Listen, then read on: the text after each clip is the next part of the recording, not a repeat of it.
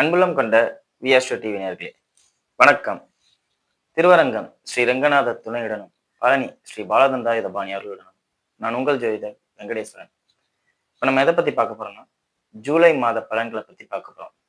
பலன்களை பத்தி பார்க்கறதுக்கு முன்னாடி எந்தெந்த கிரகங்கள் எங்கெங்க இருக்கு, எப்பப்ப பயிற்சி ஆகுது அப்படிங்கிறத ஃபர்ஸ்ட் பார்ப்போம். சூரிய பகவானானவர் மிதுனத்திலிருந்து கடகத்துக்கு ஜூலை 17ஆம் தேதிக்கு பின் மாறுறார். செவ்வாய் பகவானானவர் ரிஷபத்திலே அப்படியே இருக்கார். ஆகஸ்ட் 1ஆம் தேதி எங்க மாறுறாரு, மிதனத்துக்கு மாறுறாரு. அப்ப ஆகஸ்ட்ங்கும் போது அர்த்தமான பலன்கள்ல போயிடலாம். சரிங்களா? அதே மாதிரி புதன் பகவானானவர் ஜூலை 2ஆம் தேதி வக்ரமாயி கடகத்துல இருந்து வக்ரமாயி மிதனத்துக்கு போறார். எப்ப? ஜூலை 13ஆம் தேதிக்கு பின். அதுக்கப்புறம் திரும்பவும் வக்ர நிவர்த்தி ஆகிறார். எப்பன்னா ஜூலை 23ஆம் தேதி. சோ வக்ர நிலையிலே கடகத்திலையும் இருக்காரு, வக்ர நிலையிலே புதன் ஆட்சி பெற்று மிதனத்திலையும் இருக்காரு, வக்ர நிவர்த்தியும் ஆகிறார். 3 நிலைகள்ல இந்த காலகட்டத்துல இருக்காரு. அடுத்தது குரு பகவானானவர் அதே கடக ராசியில இருக்கார். சுக்கிர பகவானானவர் ஜூலை 4ஆம் தேதியே பயிற்சி ஆகிறார் சிம்மத்துக்கு. சோ சுக்கிர பகவானானவர் கேதுவோட இணைகிறார். அப்ப இந்த மாதம் எந்த மாதிரியான மாற்றங்கள் சுகபோக வாழ்க்கையில இருக்க போகுது அப்படிங்கிறத பார்ப்போம். முக்கியமா அதுதான்.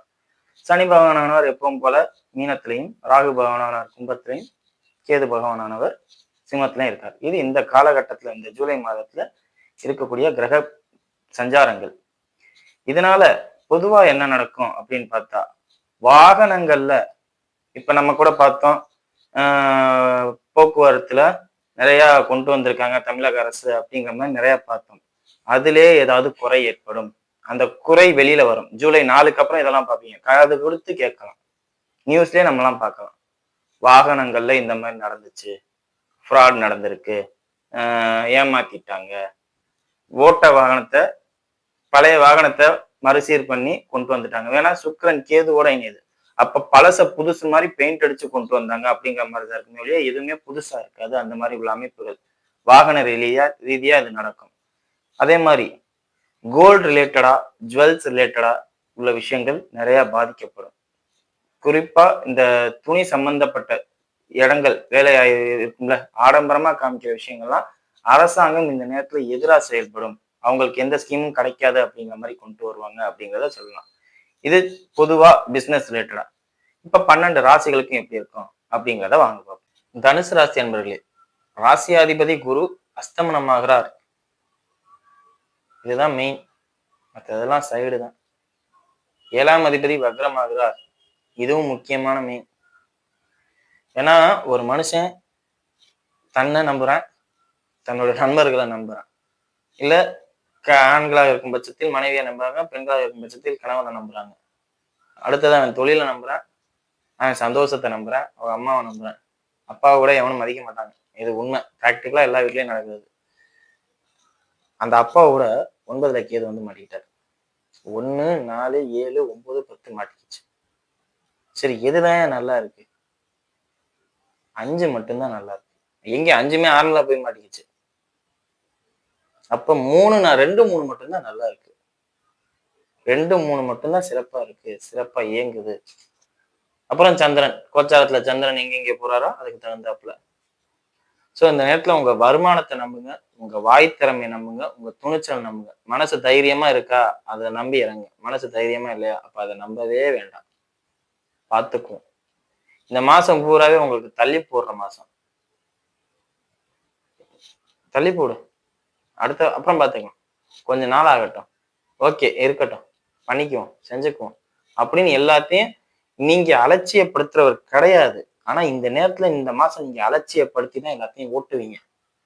நீங்க சோம்பேறி கிடையாது, ஒரு அலட்சியப்படுத்துறவர் கிடையாது, ஒரு தாமதப்படுத்தி எதுவுமே உங்களுக்கு அந்த மாதிரி ஒரு குணநலமே இருக்காது. ஆனா இந்த நேரத்துல நீங்க அதை செய்வீங்க.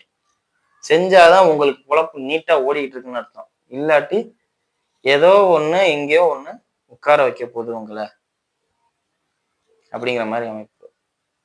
சோ உங்களுக்கு ரெஸ்ட் எடுக்கிற நேரம் இது. இந்த மாசம் ரெஸ்ட் கொடுக்க போகுது அப்படிங்கிறத சொல்லலாம்.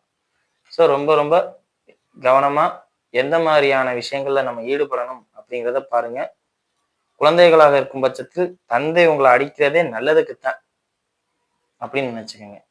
தந்தை உங்களை அடிக்கிறது நல்லதுக்கு தான், தந்தை உங்களை திட்டுறது நல்லதுக்கு தான். வேணா கண்டிப்பா 9ஆம் அதிபதி தானே குரு அஸ்தமனப்படுத்துறாரு. இந்த நேரத்துல அப்பாவால தான் நீங்க டம்மி பீஸாவே ஆவீங்க. தப்பே இல்ல, அப்பாவால டம்மி பீஸ் ஆயிட்டு போறோம் அப்படின்ட்டு போனீங்கன்னா எந்த ஒரு பாதிப்பும் இல்ல. இல்ல நான் வீரன் சூரன் எதிர்த்து நின்னீங்கன்னா நீங்க வீரர் கிடையாது, சூரன். நீங்க உபதேசம் பண்ண பொறுத்தவர். நீங்க எப்படி வீரர் சூரர் ஆக முடியும்? அந்த உபதேசம் பண்ணக்கூடிய வீரர் சூரர்னு மாறினா அது தேவையில்லாத மனக்கசப்பையும் பிரிவினைகளையும் நீ வெளியில போ அப்படின்னு சொல்ற அமைப்புகளோட ஏற்படுத்திடும். இந்த நேரத்துல உங்களுக்கு பவர் இல்லை, அதை மட்டும் புரிஞ்சுக்கோங்க. சரிங்களா? அதே மாதிரி வெளிநாடு சம்பந்தப்பட்ட அமைப்புகள் இந்த நேரத்துல ஏற்பாடு பண்ண வேண்டாம். 8ல குரு அஸ்தமனம் அப்படிங்கும் போது 8ஆம் மனம்ங்கிறதே வெளிநாடு சம்பந்தப்பட்ட அமைப்பு தான். அதுவே அங்கேயே வச்சு அஸ்தமனம் ஆகுது. வெளிநாட்டுல இருக்கிற தனுசு ராசிக்காரர்கள்லாம் ரொம்ப ரொம்ப கவனமா இருங்க. ரொம்ப, ஏன்னா 8ல குரு அஸ்தமனம் 9ஆம் இடத்தை வேலை பார்க்குற முதலாளிகளால் ஒன்றும் இல்லை, வெளிநாட்டுல வேலை பார்த்துருக்கீங்க, முதலாளிப்பா உனக்கு வேலை முடிஞ்சு போச்சுப்பா, கிளம்புப்பா ஊருக்கு அப்படிம்பாரு. இல்ல அங்கேயே சிட்டிசன்ஷிப் வாங்கியிருக்கீங்களா, அங்கனக்குள்ள முதலாளி உனக்கு வேலை இல்லை கிளம்பு, இந்த ஆபீஸை விட்டு கிளம்பு அப்படிம்பாங்க. என்ன பண்றதுன்னு முழிப்பீங்க. வெளிநாட்டுல இருக்கிறவங்களுக்கு தான் இந்த நேரத்துல ரொம்ப ரொம்ப சிக்கலாகவும் கஷ்டமாவும் இருக்கும். ஸோ எல்லாத்துலயும் கவனமா இருங்க, நிதானமா இருங்க. அவசரமான முடிவுகள் எடுக்க வேண்டாம். யார் என்ன சொன்னாலும் கண்டுக்காம போங்க. சரிங்களா? வாங்க நட்சத்திர ரீதியான பலன்களை பார்ப்போம். மூல நட்சத்திரக்காரர்கள். மனைவியின் உடல்நிலை கவனம் தேவை. மனைவி நண்பர்களால பாதிக்கப்படுறது. மனைவியின் உடல்நிலை கவனம், ஹாஸ்பிட்டல்ல சேர்த்து இந்த மாதிரி அமைப்புகள் இருக்குங்கிறது எந்த அளவுக்கு உண்மையோ, நண்பர்களால கூட இருக்கிற நண்பர்களால குழப்பம் பாதிக்கப்படும் அப்படிங்கிறது அமைப்பு. திடீர்னு சப்போர்ட்டா இருந்தவங்க எல்லாம் இப்ப ஷேரை வாங்கிட்டு போயிடுவாங்க. என் ஷேரை எனக்கு பிரிச்சு கொடுத்துரு அப்படிம்பாங்க. எங்கிட்டு போறது, என்ன பண்றது, எப்படி இந்த பிசினஸை நம்ம காப்பாத்துறது அப்படிங்கிறதே உங்களுக்கு ஒரு தலகால் புரியாத அமைப்பா இருக்கும். அதே மாதிரி உங்களோட ஈகோயிஸ்டிக் கேரக்டரும் இந்த நேரத்துல ரொம்ப அதிகமா இருக்கும். என்னப்பா என்னைய போய் இது பண்ற அப்படிங்கிற மாதிரி இருக்கும். இதனாலேயே நிறைய பிரச்சனை வரும். உடன் பிறந்த சகோதர சகோதரிகளிடம் தேவையில்லாத வாக்குவாதம், சண்டை, பிரச்சனை போட்டுக்கவே வேண்டாம். என்னமோ பண்ணிட்டோம், நமக்கு தேவையானது கிடைக்குதா அப்படிங்கிறத மட்டும் ஃபோக்கஸ் பண்ணுங்க. வேற ஏதாவது நீங்க ஆச்சு ஊச்சுன்னு அப்படி இப்படின்னு பண்ணீங்கன்னா எல்லா வகையிலையும் பாதிப்பை ஏற்படுத்தும். நிதானம் ரொம்ப ரொம்ப தேவையானது இந்த மாசம் தான்.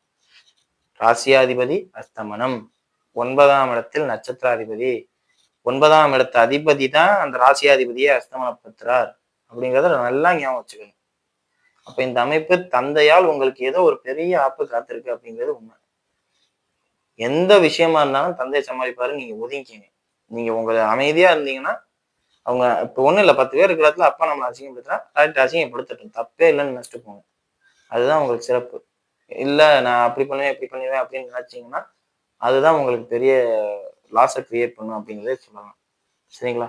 தந்தையின் உடல்நிலையை ரொம்ப ரொம்ப கவனமா பார்த்துக்கோங்க. அவருக்கு இந்த நேரத்துல என்னதான் அதிகாரமா இருந்தாலும் அவருக்கே இந்த நேரத்துல ஒரு குழப்பமும் இருக்கும், நிறைய சிக்கல்கள் இருக்கும். அதை கொஞ்சம் பார்த்து அனுசரிச்சு நடந்துக்கோங்க. சரிங்களா? மற்றபடி எந்த ஒரு பாதிப்புமே இல்லை, எல்லாம் சிறப்பா இருக்கு. அடுத்தது பூராட நட்சத்திரக்காரர்கள். பூராட நட்சத்திரக்காரர்களை பொறுத்தவரை நட்சத்திராதிபதினு சொல்லக்கூடிய சுக்கிரன் கேதுவோட இணைகிறார் 9ஆம் இடத்துல. ஏதாவது ஒரு பிரச்சனை நடக்கும் தந்தையால, இல்ல தந்தை வழி சொந்தங்களால. இது எப்படின்னா, நீங்க தான் ஒர்த்தி பர்சன் நீங்க நினைச்சுக்கிட்டு இருப்பீங்க. உங்களோட ஒர்த்தி பர்சன் இருக்காங்க அப்படிங்கிறது உங்களுக்கு தெரிய வரும். ஏன்னா பொதுவாகவே தனுசுக்கும் மீனத்துக்கும் ஒரு பழக்கம் இருக்கு.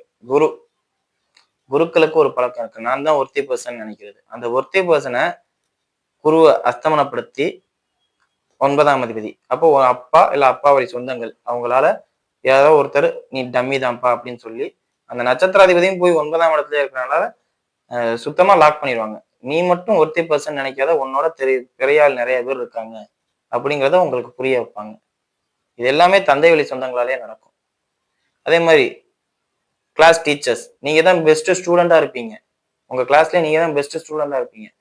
ஆனா உங்க கிளாஸ் டீச்சரே உன்னோட பெஸ்ட் ஸ்டூடெண்ட் தான் அப்படின்னு இன்னொருத்தனை யாராவது கிளைம் பார்ப்பாங்க. அவன் மார்க் வாங்கியிருக்க மாட்டான், பெரிய லெவல்ல எதுவும் பண்ணியிருக்க மாட்டான், நார்மலா இருப்பான், கேஷுவலா இருப்பான். ஆனா அவனை கை காமிச்சு நீ மார்க் மட்டும்தான் வாங்கியிருக்க, அவன் எல்லாத்துலயும் பெஸ்ட் அப்படின்னு கை காமிப்பாங்க. எல்லாத்துலயும் ஆவரேஜா இருந்தப்ப அவனை பெஸ்ட்ன்னு சொல்லுவாங்க. அதாவது நீங்க இருக்கிற இடத்துல உங்களோட அதிகமா ஒருத்தரை பெஸ்ட் அப்படின்னு கை காமிக்கிற நேரம் இது. ஸோ இது அவசரப்படாம இருந்தா எல்லாமே நல்லா இருக்குன்னு சொல்லலாம். அவசரப்பட்டா இந்த பெஸ்ட்டுங்கிற பேர் அவங்களுக்கு நிரந்தரமாயிரும், உங்களுக்கு கொஞ்சம் கஷ்டமாயிரும். ஏன்னா எல்லாருக்கும் காலம் மாறும், எல்லாருக்கும் காட்சி மாறும். ஒஸ்ட்டுங்கிறத பெஸ்ட்டு அப்படின்னு சொல்ல ஆரம்பிச்சிட்டாங்கன்னா ரெகுலர் பண்ணிடுவாங்க. பெஸ்ட்டுங்கிறத ஒஸ்ட்டுன்னு சொல்றாங்க, அதுவும் ரெகுலர் பண்ணுவாங்க. காலமும் மாறும், காட்சியும் மாறுங்கிறத மறக்கக்கூடாது. ஒருத்தர் பெஸ்ட்ன்னு சொல்றாங்களா, அது எதிர்த்து சண்டை போடாதீங்க. ஓகே, இன்னைக்கு அவனுக்கு நேரம் நினைச்சிட்டு ஒதுங்கி போனாங்கன்னா திரும்பவும் அந்த பெஸ்ட் பேர் கிடைக்கும்.